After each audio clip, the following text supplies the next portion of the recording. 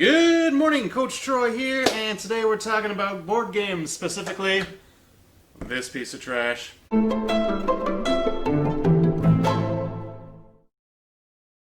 Clue. Not a big fan. What can I say? Alright, it is deduction. It is probably one of the most popular board games of all time. It's up there with Monopoly and all that good crap. Everyone has heard of it, at least. Unless you're in Europe, then it's called Cluedo. But it's one of the first deduction games. Now, I will say I do love this particular version simply for the aesthetics. All right, I'm a sucker for that that 80s, or not even 80s. This is 60s style artwork on the board and the cards. And while it is fun to have the little weapons here, I don't know if you can see those. That's fun, but that's about it. There is a decent game of deduction in there, but it's not that good of a deduction game. And it has probably the biggest offender of it is this thing right here. That's right. You gotta roll the die to move, and you can only ask questions in certain areas. So if you have bad die rolls, you can get totally hamstrung and stuck and not able to do anything in the game. And everyone else is just going to be asking more questions and getting farther ahead. I mean, yes, you can always use the questions that other people ask to figure things out, which is cool. But if you're only listening to other people and only get to ask a question every now and again, that's just garbage, all right? Get rid of that die. Unnecessary. In fact, this game, where you're trying to figure out who, where, and with what, if this game got murdered, the only reason I would try to figure out who, where, and what would be to congratulate them and thank them for getting rid of this piece of garbage. All right, so let's look at 5 better games, all right? We can do 5 better games. Here they are. My number 5 is Sleuth. Now, if you like deduction, this is deduction cranked up to 11. All right, this is insane. Now, it seems simple enough, very straightforward. You got a deck of cards of diamonds, pearls, and opals in clusters of 1, 2, or 3 in colors of red, blue, green, yellow, whatever. And one of those is missing, just one. And the cards are dealt out to all the players. And then you're asking questions back and forth to figure out which card it is. And the questions you can ask are based on the cards you have. And this is so thinky and brain-burny. A lot of it isn't just the questions you're asking. You've got to listen to what other people are asking and how they're answering. And this is ridiculous. The more players you have, too, the more difficult it is. Like, if you play up to 7 players, man, this is tough. This is very, very difficult. Brilliant game, designed by Sid Sackson, who's the godfather of games. Right? Brought a ton of concepts and games that are still awesome to play even today. Now, I'll be honest, I've only played this once because it's too much for me. My brain does not work this way. I like doing some of the deduction, but the amount and how you got to do it in this game is insane. All right, it's just insane. But it was fun. But I definitely need to take some Advil afterwards because I got a headache. So it's like Clue, but more difficult, and it takes away that die rolling. There's no movement around a board. There is no board. It's just cards and a sheet that mark off your answers. So that's it. If this sounds more up your alley, but maybe you want to work your way into it, you can always go with Clue Suspect. Pretty much just the card version of Clue. Takes away the die rolling, some differences, but otherwise, yeah. And that's my number 5, Sleuth. And my number 4 is Lady Alice. Now, this is a pretty cool one. It is, you are the Baker Street Kids. So, Sherlock Holmes' little crew of kids who are trying to figure this one out. Now, a museum curator, I believe, was kidnapped on the ship called Lady Alice. So you're on the ship, and you got so much time to figure out who did it, when they did it, where they did it, and which artifact he had when he was kidnapped. So it's not the murder, it's a little lighter than that, and different things you're trying to figure out. You're going to be using deduction tokens to kind of where you think things are, or you'll get points based on that at the end, and you're using this cool flip book to figure things out instead of usual cards. Like this is kind of neat. When you asking what you think it is, you'll put the who, where, when, what on here, and then you'll ask, and people will say whether or not they have it. Now, I like this game because, again, it's shorter. It's only about 30 minutes long, so much quicker. It's not exactly who guesses the right answer, so because you will get points if you do that, but you're also putting point tokens down on what you think is the right answer. So you're there's a little bit of gambling in that.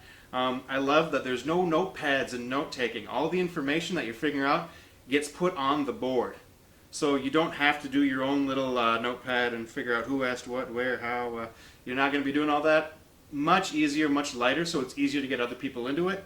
The one big negative, though, is it is an exactly 4-player game. It says 3 to 5, but it's not. Those variants, they're just not good. The 3 and the 5 player. It's a strictly 4-player game. So yeah, don't do that. Otherwise, the artwork is good. Again, easy to teach. Only takes 30 minutes. Much better than Clue for sure. All right. And my number 3 is this monster right here, the Great Museum Caper. Clue. So it's not like the other deduction games, but if you need to have that Clue name in there, this is the one to go for, okay? Now, I like this one a lot. It is not so much the deduction as the hidden movement. Think like Letters from Whitechapel or Scotland Yard, something like that. One person has a little notepad and they're marking where they are in the museum, and what you're doing is one person has broken into the museum and is trying to steal paintings. So there's paintings in all the different rooms, and they're disappearing randomly, or it's seemingly randomly. And the other players, everyone else that's playing, is trying to find out where the thief is. So they're rolling dice. So there is die rolling in there, but it works, all right? It makes it pretty interesting. They're trying to figure out what room they might be in, and line of sight, you're trying to land on them and capture the thief, while the thief is trying to get a few paintings and escape. Some of the windows are locked, some are not. So the thief is not just, trying to get in there, boom, boom. They also have to take chances on where they're going to be able to escape. And everyone's going to take turns being the thief, which is pretty cool. The game doesn't take that long, so you're going to have time for everyone to have a chance of being the thief. And whoever has the most paintings at the end wins. So you can do that. You can say you're trying to get a certain number of paintings, however you want to do it. But to say, it's one of the first hidden movement games, and I think it's really well done. It's my favorite hidden movement game. And while it's not deduction, whatever, it's got the name Clue, so it's on this list, alright? My number 2, Sherlock Holmes Consulting Detective. Now, if you like the idea of actually solving the crime, this is the game for you. But you gotta like reading. This is the equivalent of reading a crime story mystery novel, and you're the one narrating and dictating where the protagonist goes. You start by reading the synopsis of the crime, whatever it was, murder, theft, what have you, and then from there you're trying to figure out what happened. What was the situation? What caused it? You're going to go through, you have a map of London, that's the equivalent of your game board. You're going to have a newspaper, so you can go through the newspaper to try to search for clues, like Sherlock Holmes did. You're going to have a directory of addresses where everyone's at, and then the clue book. So use the directory to figure out where you want to go in the clue book to figure things out, like do you want to check out the museum or the opera house or the tobacco shop, different places or the different pubs. And there's also other people that you can go see You can go to Scotland Yard for little helps and hints. You can go see your brother Mycroft, who is always a smartass, because that's just what he does. But this is fantastic. I love it. You can't play this with a lot of people. Maybe 2 people. I personally like to play this on by myself. I just sit there and I'll read it by myself, and I'll figure out the mystery. And then at the end, once I feel I've done enough, there's a quiz book, and you answer the questions in the quiz book. Now, I'll say it's fantastic. It's very different, so this might not be up your alley, but for me, one of my absolute favorite games. There's the problem, once you solve a case, obviously you can't go back and do it again. But this is my version, it's the older version. I've solved all 10 cases. Then there are new ones that are done. There's also a Mythos Tales with a Cthulhu theme to it. I haven't done that one yet, but I'm probably going to check it out and do it pretty soon. So the game is fantastic. I absolutely love it. Highly recommend it. My number 2, Sherlock Holmes, Consulting Detective. My number 1 replacement for Clue, Mystery of the Abbey. Alright, this is like Bruno Fedudi said, yeah, let's take Clue and make it fun. And that's exactly what this does. It is deduction, but it's done better. There is movement, but the movement system isn't based on dice. You have a set number of moves. And there's different areas you can go on the board that's going to allow you to do different things. Check other people's cards, get different cards, gather more evidence, question other players on what cards they have. So it's not just the questioning, there's other things that you can do. The object of the game is to figure out who the murderer was. All right, there was a murder that happened at the Abbey, and who was it? And you're eliminating suspects based on, well, were they fathers, brothers, novices, Templars, Franciscans, Benedictines? Then were they, fat or skinny? Were they bald or not bald? Beard or no beard? Just things like that. And so you're questioning, and there's lots of different things that you can use to check things off, figure out who it was and who it wasn't.